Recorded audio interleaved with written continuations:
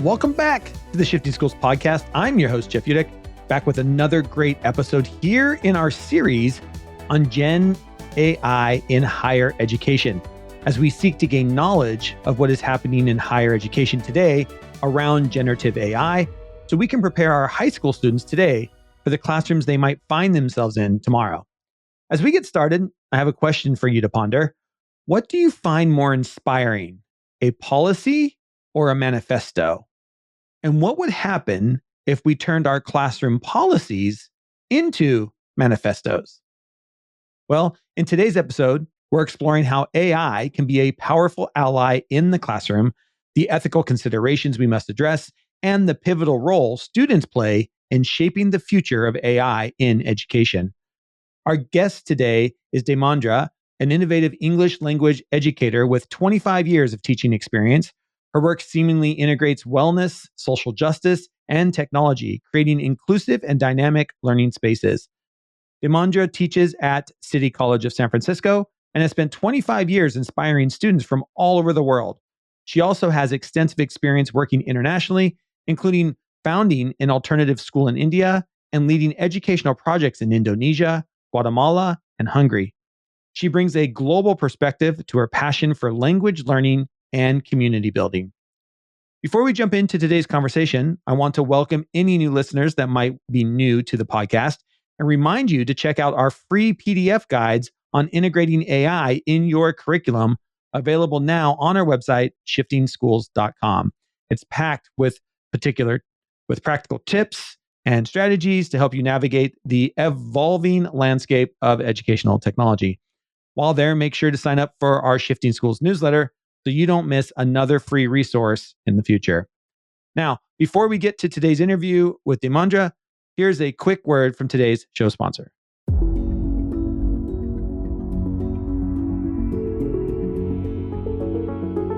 Discover the power of acknowledgement with Libra. In a world where every staff member's dedication shapes the future, recognizing their efforts becomes our mission. Libra transforms your school into a place where achievements, big and small, are celebrated daily, creating a ripple effect of motivation and pride.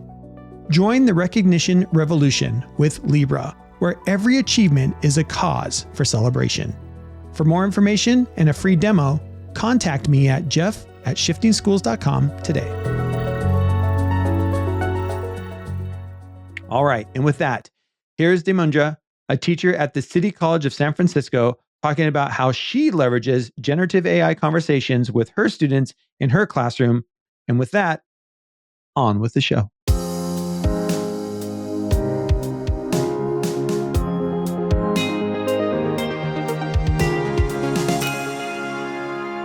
All right, welcome back to the Shifting Schools podcast. I'm excited today to have a conversation with Dayamudra, who teaches at the community college level, which is a big passion of mine as well. I am a product of the community college system before I went on to my 4-year degree as well. And just talking about how generative AI is being incorporated into classrooms within community colleges and some of the stuff that Dayamudra is doing with your students. So welcome to the podcast. Thanks, Tell Jeff. us a little bit I'm about really your happy background. to be here. I love your podcast. And I want to say first, I really enjoyed your summer series on play.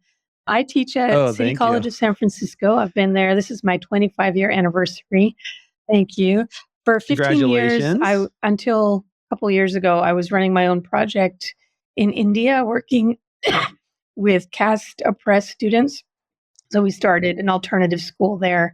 I did that as a nonprofit, but we built a local team in India and did fundraising on this end. I've taught overseas. I've taught in Indonesia for 3 years, and I've led projects in Guatemala and Hungary. And I was a student in Japan, so I have a global perspective. But I really love language learning, and I love that. Teaching my students who come from all over the world, and they're here to learn English. I love that. Let's dig in a little bit. I really want to get into some of the work that you're doing around Gen AI. And we noticed, Trish and I, when we were doing a little background, that over on LinkedIn, you had a post recently that you are working on AI manifestos with your students. Can you talk a little bit about what that means and what's been going on with your AI manifestos? This sounds like a cool project. I noticed when AI came on the scene, there was a bit of a lag between what I was reading on LinkedIn and what I was hearing at my college. People were just realizing, how can we catch our students? They're using AI to cheat.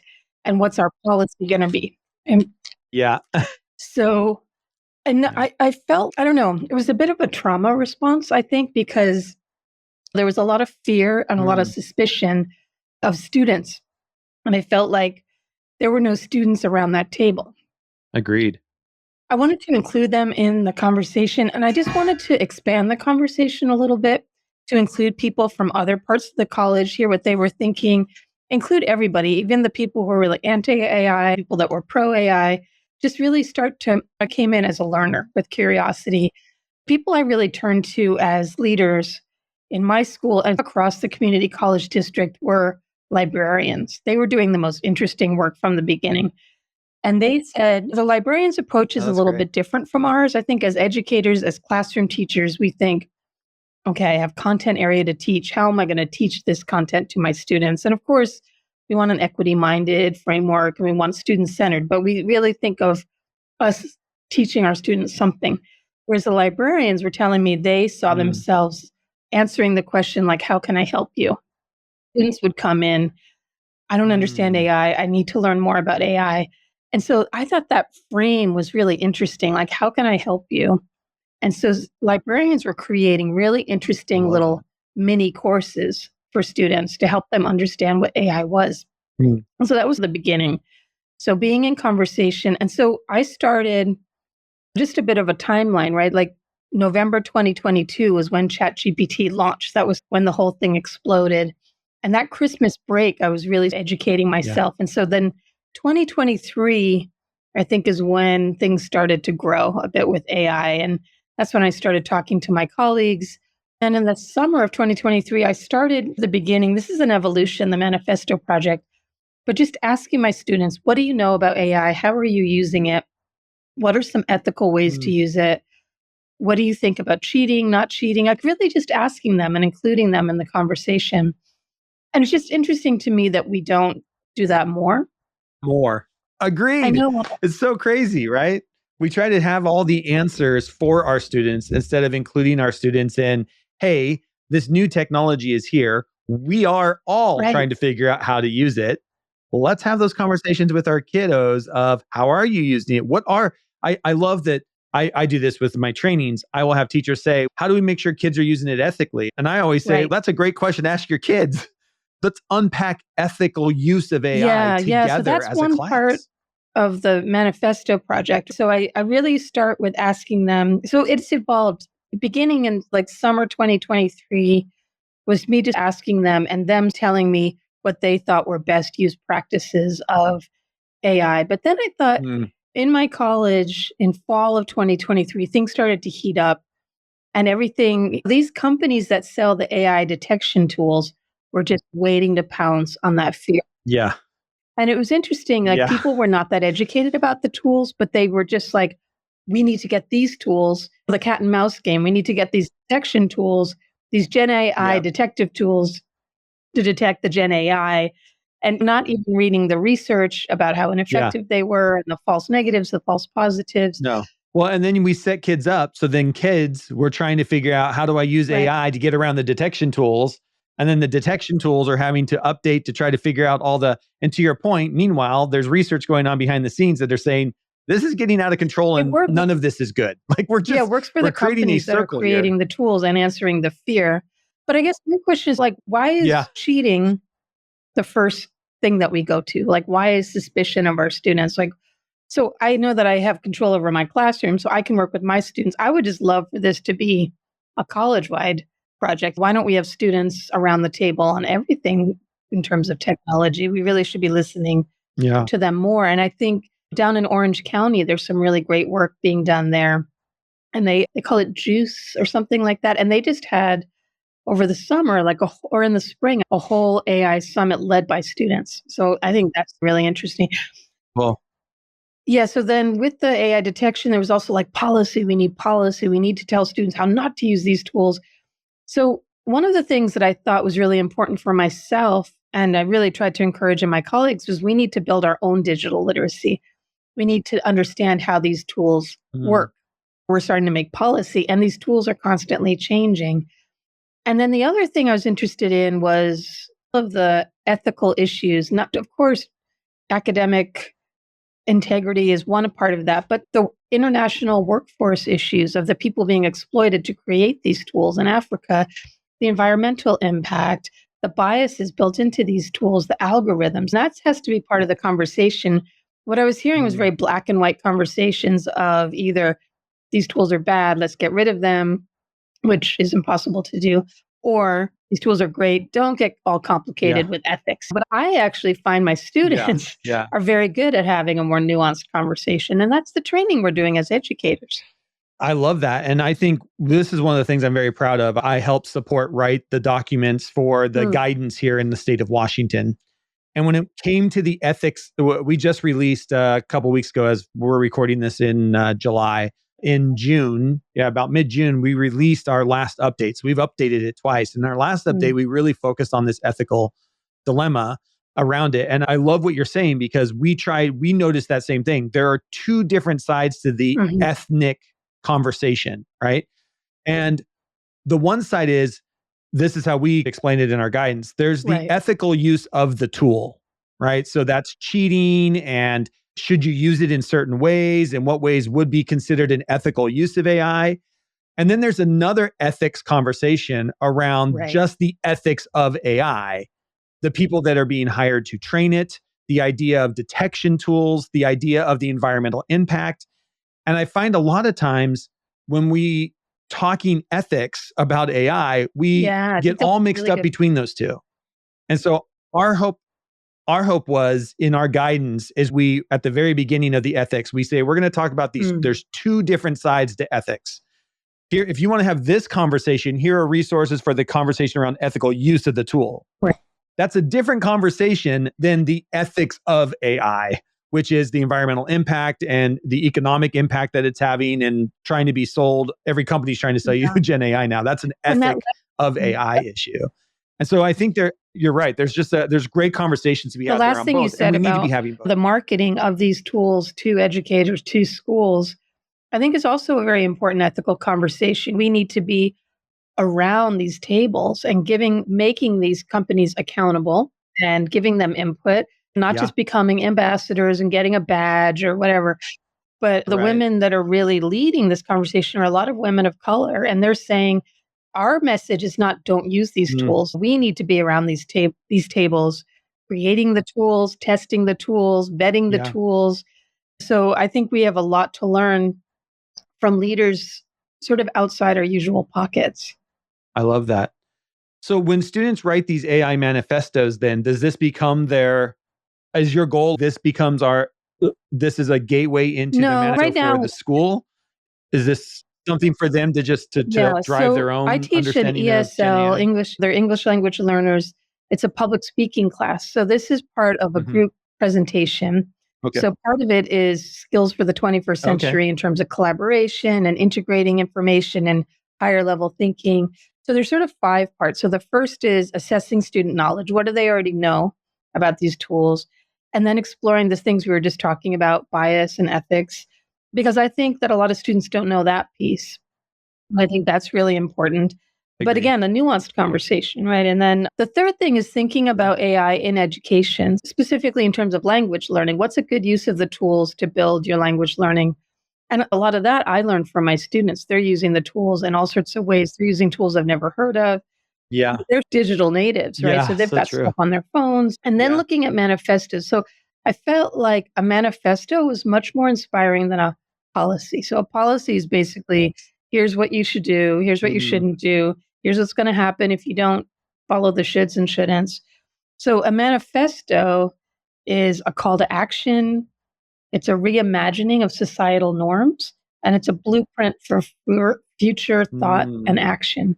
And I thought that's what we need. Like we need that kind of thinking to really blow up how we look at these tools and thinking ahead to what is the future for our students. Their future is going to be very different from my life as an adult. And my students are adults, 10 years ahead for them, 15 years, 20 years ahead. What do they need in terms of lifelong learning, and how can AI be part of that? I love that. And it just makes me think to just as I'm thinking and doing all the work that I'm doing consulting with school districts, is instead of supporting school districts writing policies, what if I helped school districts write manifestos for the future? How different would that be just on our take around generative AI?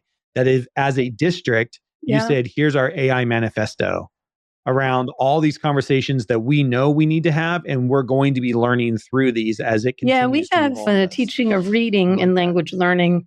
We have what we call a mentor text. So looking at the Declaration of Independence, the Suffragette Manifesto, but also the Riot Girl Manifesto and the Earth Charter and the Water Justice Manifesto and the Afrofuturist Manifesto and the Surrealist Manifesto. Like, they all have a vision for something. There's even there's some really good ones. Let's see. The Hacker Manifesto. There are just a lot of different ones. And it's a vision, and there's just an energy to it. And it's not an us and them, it's an us. This is how we imagine the future for all of us. Yeah, I love that. I love that. Thank you for tuning in to Shifting Schools. Let's pause our discussion to spotlight Libra HQ, a breakthrough in using AI to deepen connections within organizations. Imagine an environment where every staff member feels truly seen and valued. This is the heart of Libra's mission. Libra transforms how leaders celebrate and recognize the personal and professional milestones of their team members. It's not just about reminders. Libra's AI dives deeper, offering insight into enhanced team cohesion and promote a culture where support and acknowledgement are paramount. Picture a school where every individual is acknowledged, from work achievements to personal victories, creating a culture of appreciation in just minutes a day. In these challenging times, where the demands on educators have never been higher, Libra offers a way for school leaders to lead with true empathy and compassion, ensuring every team member feels an integral part of their community's success. Discover how Libra can revolutionize your school's culture. For a demo, contact me at jeff@shiftingschools.com. Let's build a future where every educator and staff member feels connected and valued. And now, let's get back to our conversation. You've also curated a amazing Google site, and we'll have links. We'll have links to the post about the AI manifesto. We'll have links in the show notes to this amazing Google site that you have curated around generative AI resources. I'm wondering if you can talk more about gathering those resources together and building that site, and how has that maybe helped you think more about what you want for the future of AI? Yeah, originally it was just things were coming at me after the drop of ChatGPT in sort of November 2023. I mentioned that during that winter break, I was just learning as much as I could, pulling stuff off of social media. I learn a lot from LinkedIn every day. So I was trying to just curate stuff that I could go back to. And I was also attending a lot of webinars that I wanted to save. So originally it was a way for me to remember stuff, but then I thought my colleagues might really find this interesting. So I started dividing it up into sections. And I also did some interviews with other community college educators, because I really think it's a conversation. And there's some very visionary people. Some of the people that are on there is Alex Rocky from Bakersfield College. She started an AI working group early on at Bakersfield College. Fabiola Torres, who's done a lot of work with Equity Online. And so she was talking about how she uses AI to differentiate learning and meet her students who have learning differences. That was really interesting. Jessica Kasparas from De Anza, she's the one who introduced me to Joy Buolamwini and a lot of these women that are doing work on equity. And then Benny Ning from LA Pierce College. And he was talking just about the way that he uses AI tools in his course design. So very different perspectives, but all really coming from this place of curiosity and also just a lot of generosity, like really being willing to talk about it. So I thought, I want to save these conversations so you can listen in like a little mini podcast, a very low tech podcast, things they had to say, and see it evolve over time. That this was from last year, so maybe things have changed since then. I've been adding things to it and having things in there about course design and assessment and digital literacy and and then also there's just been some really interesting things coming out from UNESCO and the EU and Australia Department of Education. So wow, like when we talk about policy, we don't have to reinvent the wheel. Let's see what they're doing in Australia. Let's be in conversation with Australia. This is a global topic. And this little guide of mine, a very low-tech guide, is basically a list with links, but it's been shared around the world. And I'm in conversation with people now from all over the world, people doing really interesting things in Ireland, in India, in South Africa. Yeah. And I love that because really that's the power of the internet, is knowing that you're not in this alone, that we're all trying to figure out this new technology together. And I agree with you. When we were writing the Washington State guidance, we were using a lot of stuff like UNESCO has done some incredible work on this in ways that are just beyond what is happening inside the United States. We looked very closely at the Australian framework. They've got a great framework out, and so does the EU and some of the EU nations.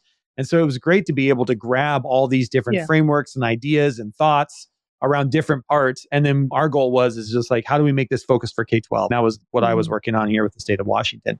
But you're right. There's just so many great conversations going on. And you've put together an amazing site. We'll make sure it's in the show notes. If anybody wants to go and visit it, you really there's just a great list of articles and webinars and podcasts that you can go as deep as you want to go and as deep as you need to go on that website for yourself. So it's a great little resource. So thank you for creating that for the global good of us all. I think this week I noticed on LinkedIn that the World Economic Forum just came out with some guidance around AI. I'm really excited to check out what they're publishing. And I've done a lot with their work on the future of jobs. And I think that's also another piece of AI, that people are going to be expected to use these tools at the community college level, looking at the students coming in and the students going out on either end. What are we preparing students for? What's the preparation they come to us with, right? I know I'm not K-12, but I'm sure a lot of students are coming in. My niece is 18. She's going off to college this fall. She's going in with a lot of AI literacy and competence already. Are her professors ready for her? They're ready for students like that. Then going into the job market, if we're gatekeeping and telling students, don't ever use AI, they're not going to be ready for what they're expected to do in their job, in their new job. Yeah. Yeah. And I don't know, I'm sure you also talk with people outside of education, but that's what I'm finding is every industry leaders that I'm talking about, I've not found one industry leader that's saying, we hired you to do job X. Could you please do that as inefficiently as possible without AI? We don't want you cheating. Nobody's saying that. No cheat. I hired you to get a job done. I don't care how you get the job done. The more efficient you are, and if AI helps you be more efficient, then you use AI to be more efficient. That's just the way it is. And I agree with you. I think it's going to become one of those things where it's going to set you apart. But I don't think employers in the very near future will even list it as a skill needed. We're just going to assume you know how to use Word. We're going to assume you know how to use Excel. We're going to assume you know how to leverage AI in appropriate ways for your We're job. not going to test your typing skill anymore. That's what we're doing. We're just going to assume, if you apply for this job, we're going to assume you can type. Is Saba Kidwai. She really talks about what's needed in the new workforce. And she gives a lot of resources to help people become ready. So she's somebody that I follow with a lot of interest. Yeah, that's great. Good recommendation. You've had an incredible career and a unique one. You've traveled the globe. You've studied yoga, been at Stanford University as an EPIC Fellow.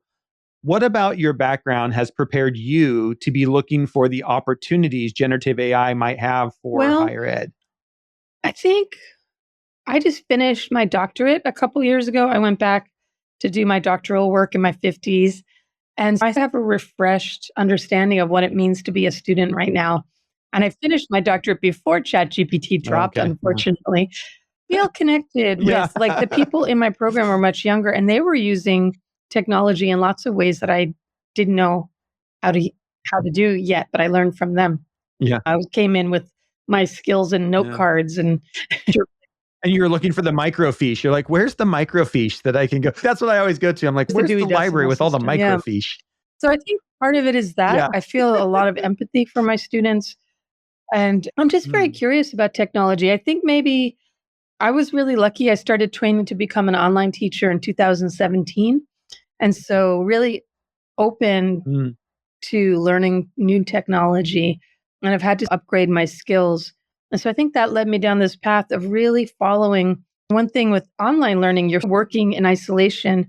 So I really built a community of online educators on Twitter before it became X, and now on LinkedIn. And so that's really where I get a lot of ideas. And so even my own education about AI has come from my colleagues on LinkedIn, really, and all the different webinars that I've been led to.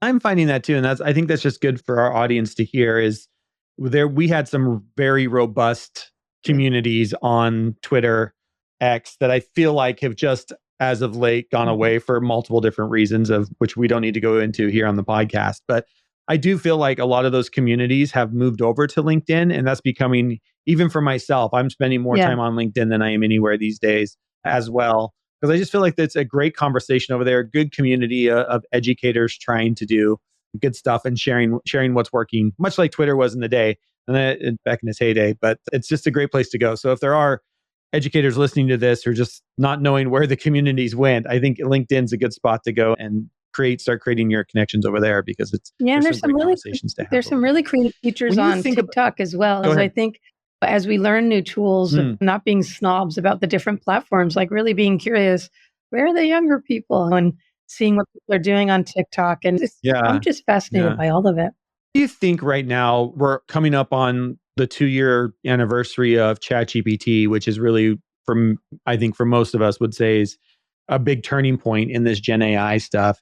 As you work with your colleagues at community colleges and talk to others, where do you think our mindset should be right now as educators? Are we still in this we just need to be really, if you don't want to dig in, if tech's not your thing, just be curious. Is that a good place to be right now? What do you I mentioned Saba, and I think the one thing I've really learned from her is it's not the tools, it's the mindset. And so I think that we should really be careful about getting too micro with the different tools and the training of the tools. You can learn a tool. Like, if you don't know ChatGPT, I can teach you prompting in an afternoon. Like, for teachers, we know how to learn things. How to, the tools, how we can use them well is something else. And what do we actually need?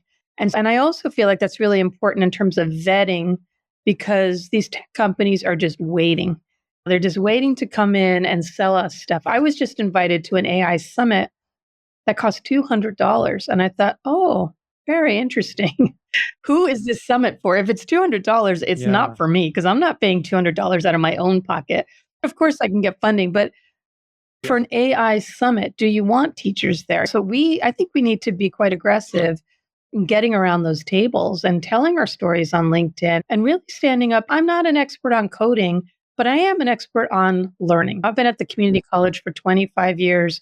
I know language learning. I know student-centered education. I'm committed to and inclusivity. And we need to bring those topics around the table to create better tools and have the tools serve us and have the tech companies answer to us rather than the other way around. I love that. I love that take. And I couldn't agree more. Is we know what good learning looks like. That's what we are taught to do. And ask hard questions. I think, and especially right now, this is such a new area. There are so many new programs coming out. There's going to be more AI bots coming out in the next, like they already are. They're just flooding us. But it's a great time though, to be very critical of them and say, one of the things that I tell teachers all the time is when you have somebody like pitching you an AI, ask what's it trained on? What is its training material? How are you making sure that its training material is not biased? If you're being ChatGPT and just scraping the internet is biased. That is a biased set of data. How are you making sure? We can ask those questions. Even if you don't understand the technology, ask the questions that you know are good for your students. Los Angeles Unified just made a deal with an AI company that went belly up. They lost millions of dollars. So they're like, let's bet these companies a little bit too. Yeah, I love that. I love that. Thank you so much for spending time with us today. If educators listening to this want to reach out to you, want to connect with you, again, we will make sure that we have the post to your LinkedIn article that we talked about around the AI manifesto and that amazing Google site that you have. We'll have a link to your LinkedIn profile. Are there any other places I think that LinkedIn's educators the best could reach way. out to My you? website is It's been on my to-do list for a couple of years, and it's a work in progress. So I think LinkedIn's probably the best way. Awesome. We'll make sure that's in our show notes as well. Dayamudra, thank you so much for spending time with us today, for sharing your thoughts and ideas. I really appreciate it. And thank you for the work that you're doing in our community colleges.